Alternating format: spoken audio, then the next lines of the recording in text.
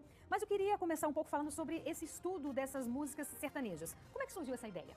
Na verdade, veio através da necessidade de desnaturalizar alguma coisa que é muito presente em nossa cultura, porque a música faz parte do cotidiano dos brasileiros. Sim. E a gente canta sem perceber. Sim. E grande parte dessas músicas romantizam um tipo de amor que é profundamente daninho para as mulheres. Isso tem a ver com o dispositivo amoroso, principalmente com a ideia de que elas são escolhidas, de que elas são responsáveis pela mudança do homem. Então ele era cachaceiro, vagabundo, e agora ele é um homem de família, dedicado, largou a cachaça pela sorveteria, né? Tem uma música que fala sobre isso. E isso acaba reforçando um tipo de subjetividade nas mulheres que é muito ruim. E principalmente romantiza também certas emoções que não são muito legais para a saúde mental das mulheres. Perfeito. Então, o que você no seu livro até você fala da prateleira do amor, né? Que é uma Exato. metáfora que você usa, né? Exato. Isso é uma questão também interessante dentro das músicas sertanejas. Geralmente a mulher, quando ela é retratada pela paixão e termina um amor, para ela é o fim.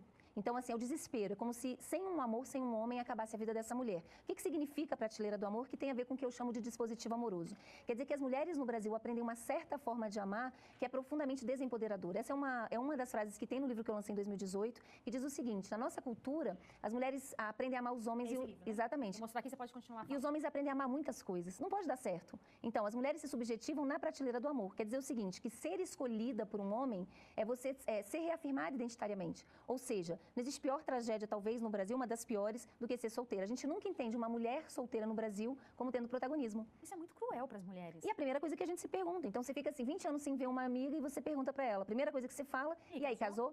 E se ela diz não, você diz, pensa, né, coitada. Mas tão bonita, deve ter um defeito pra estar encalhada na prateleira do amor. Isso é uma cultura brasileira ou não necessariamente? Olha, eu acho que é uma cultura sexista. Na América Latina isso funciona muito bem, em outros países, mas isso é vendido em vários filmes também. A gente falou um pouquinho das músicas, mas eu gosto muito de dar o exemplo da Pequena Sereia, que é um desenho que foi popular, que foi sucesso de bilheteria. Mas qual que é a história da Pequena Sereia? É uma sereia que é super curiosa, né? Ela faz tudo o que dá na tenda. O pai dela diz assim, não vai em tal lugar, ela vai até ela conhecer um homem. E aí o que acontece quando ela se apaixona? Ela começa a barganhar com a Úrsula, que é a bruxa no fundo do mar, para conseguir ter um corpo de mulher. E o que ela abre mão para poder conquistar esse homem? Da voz. E da essência dela, né? Exatamente. Só que aí vem uma grande pedagogia afetiva para as mulheres. Se você quiser ter e manter um homem, você precisa aprender a se calar. Grande parte das doenças mentais da nossa cultura para as mulheres tem a ver com depressão e ansiedade. As mulheres aprendem a se silenciar para manter o bem-estar dos outros e manter as relações. Olha, de agressões do que ela deseja. Eu já atendi mulheres mais velhas que diziam assim, eu perguntava, o que te dá prazer? E ela dizia, eu não sei. Vive em função do outro. Vive em função do outro. Isso tem muito a ver com o dispositivo amoroso. E isso, essa capa, eu queria que você falasse um pouco sobre essa capa do livro, que eu acho que tem a ver com isso também que a gente está falando, né? Sim, essa capa é um quadro que pertenceu aos meus avós maternos. Meu avô era um homem que viajava muito e trouxe esse quadro numa das viagens. E era um homem patriarcal, como todos os homens da época dele, tiveram 9 filhos. E numa dessas viagens, os meus tios pediram para o meu avô, para minha avó, vamos fazer uma festa e tal. Antigamente, dançar música lenta, gente, era uma coisa horrorosa, era proibido. E minha avó, como todas as mães, combinaram, ok, quando ele viajar, vocês podem dar festa, desde que ele não saiba.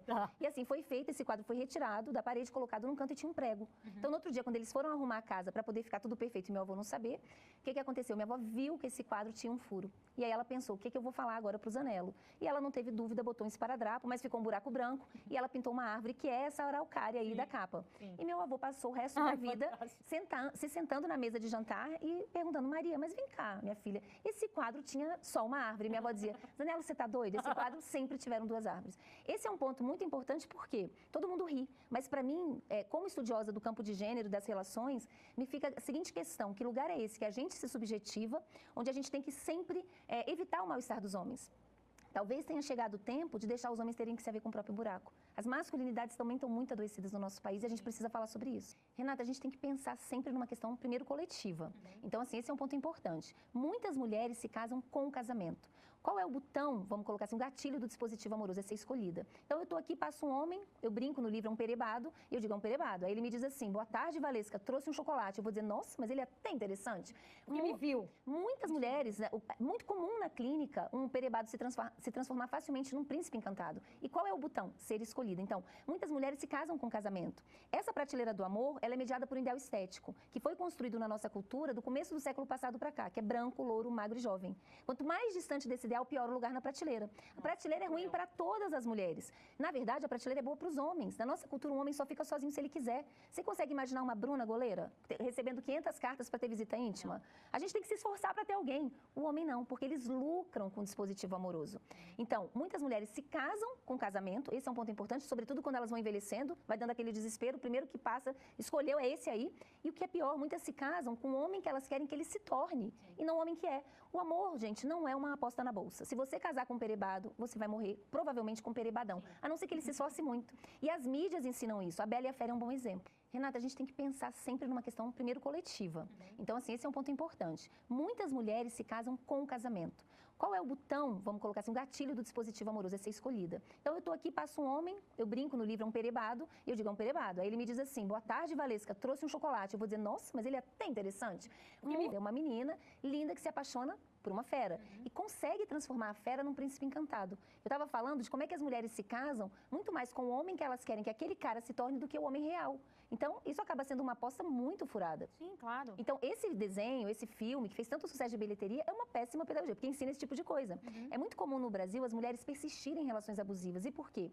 O amor é identitário para as mulheres no Brasil, como não é para os homens. Então, terminar uma relação amorosa é fracassar como mulher. Quer dizer que ela não fez o suficiente. As mulheres se culpam. Às vezes até porque o cara bebe, porque o cara não Agride. E os outros falam, mas você não fazia a sopinha que ele gostava, você não usava mais a roupa. Isso, né? Pois é, então esse é um ponto importante, porque o amor não é identitário para os homens. Aí alguns homens me dizem assim, mas eu sofro no amor. Gente, ainda bem, né? Senão a gente ia para Marte, não é disso que eu estou falando. Em 20 anos de clínica, eu nunca atendi uma mulher que o principal tema, né, de sessão e de sofrimento não fosse amoroso. Inclusive quando elas estão solteiras, Renata. Então, por exemplo, a mulher está, sei lá, 2 anos sem um parceiro, sem alguém que se interesse, ela diz, devo estar feia, acabada, velha.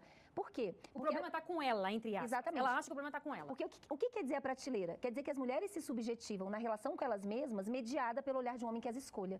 Então, isso empodera os homens e não as mulheres. São os homens que avaliam as mulheres física e moralmente. E quem avalia os homens? Os próprios homens. Então, o mesmo mais perebado do perebado se acha no direito de julgar uma mulher. Por exemplo, aquele homem que está com aquela barriga gigante, está na praia, passa uma mulher obesa e ele diz assim, nossa, baranga.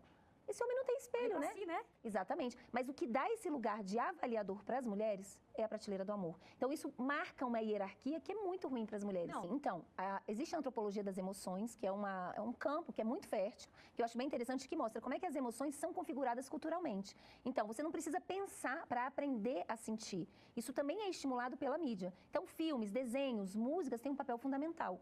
Por isso que essas mídias têm um poder tão forte. Porque quando você vê, você já está pensando daquela maneira, mas você não reconhece. Por exemplo, os bichinhos, né, cantam para a Pequena Sereia uma musiquinha que diz assim, olha, você precisa aprender a se calar, porque só as bem quietinhas vão se casar.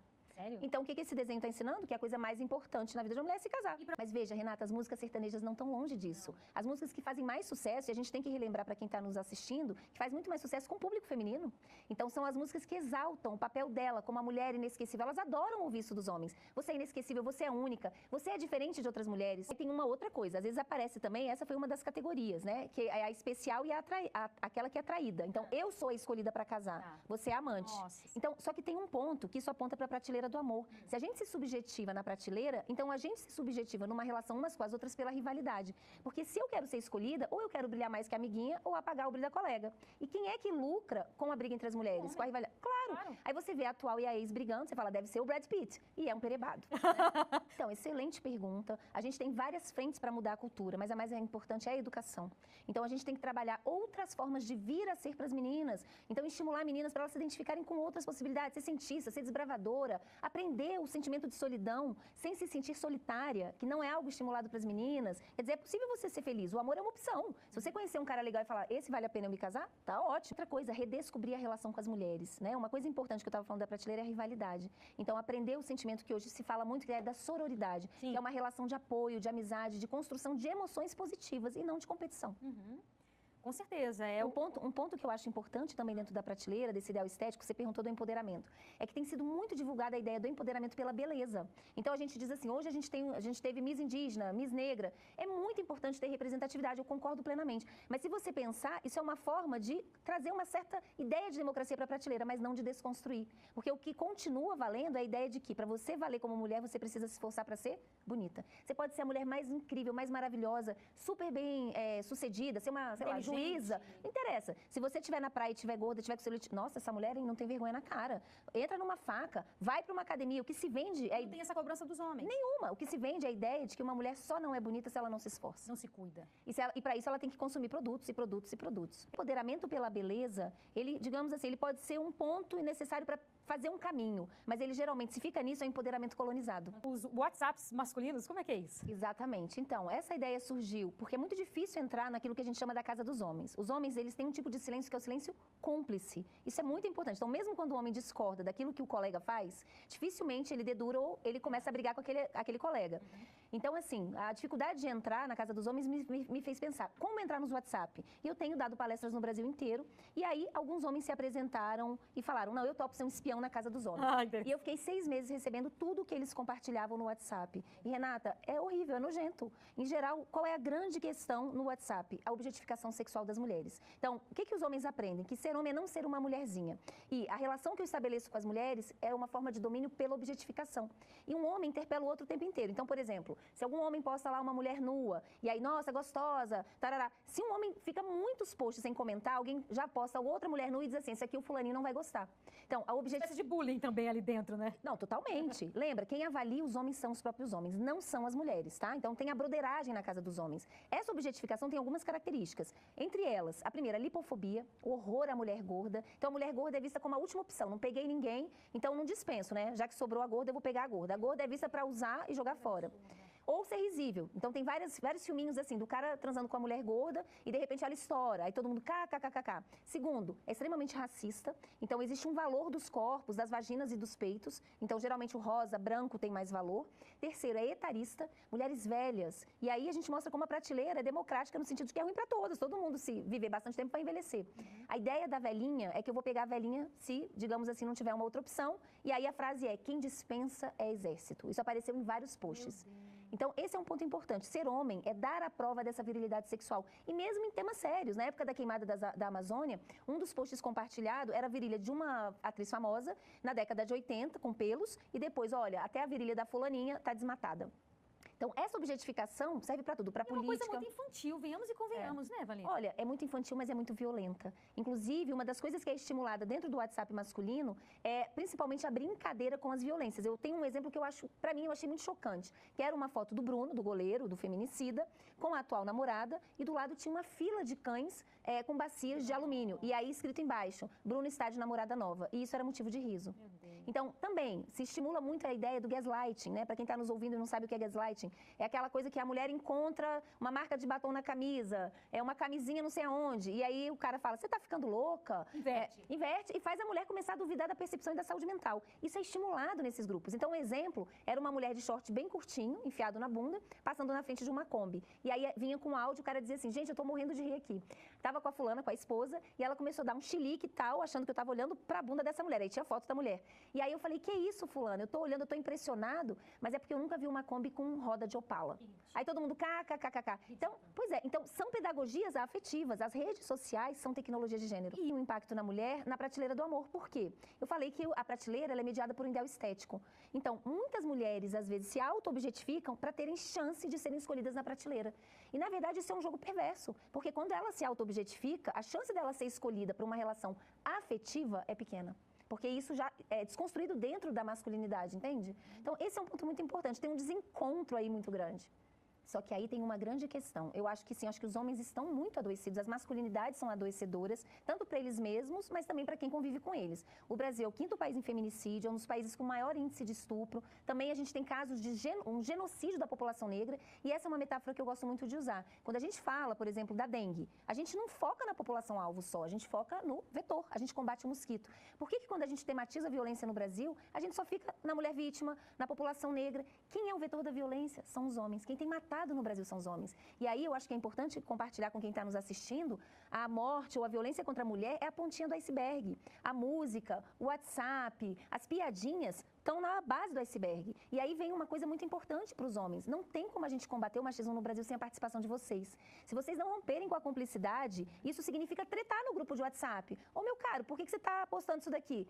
É disso que a gente precisa. A gente precisa do homem, não é no palanque lá, falando que apoia o combate da violência. Não, a gente precisa do homem falando, meu querido, você não está pagando a sua pensão alimentícia. Tem coragem para fazer isso. Exatamente. É importante que se tenha. É importante que se Então, para os homens que estão nos assistindo e pensando, eu não sou assim, gente, que maravilha. Então, comecem a mudar os amigos de vocês. Só que aí tem uma grande questão. Eu acho que sim, acho que os homens estão muito adoecidos. As masculinidades são adoecedoras, tanto para eles mesmos, mas também para quem convive com eles. O Brasil é o 5º país em feminicídio, é um dos países com maior índice de estupro. Também a gente tem casos de um genocídio da população negra, e essa é uma metáfora que eu gosto muito de usar. Quando a gente fala, por exemplo, machismo, no final, é ruim para todo mundo, mas é muito pior para as mulheres. Machismo, no final... Então, isso fortalece a ideia do ideal estético na prateleira do amor, e que é sempre da ordem do impossível, ou seja, é um corpo impossível de ser atingido. Mas uma coisa que eu acho bem importante é que isso é uma tecnologia de gênero para manter a gente insatisfeita com a gente mesma. No Brasil, uma média de consumo das mulheres brasileiras em todas as classes sociais é de 20% do que elas conseguem receber de salário com produtos de beleza, que vai desde o Jequiti, né, ou de produtos mais baratos, a produtos chiques. Gente, é muita coisa, incluindo aí perfume, desodorante, maquiagem. A gente poderia fazer muita coisa. O Brasil é um dos países que mais consome cirurgia plástica. E isso tem a ver... Menos ler, né? Exatamente. E isso tem a ver com essa ideia de que eu preciso me fazer passível de ser escolhida. Tá? Então, assim, é desconstruir essa prateleira. Sim, sim. Temos que romper com isso. Parabéns. Então, isso fortalece a ideia do ideal estético na prateleira do amor. E que é sempre da ordem do impossível, ou seja, é um corpo impossível de ser atingido. Mas uma coisa que eu acho bem importante é que isso é uma tecnologia de gênero para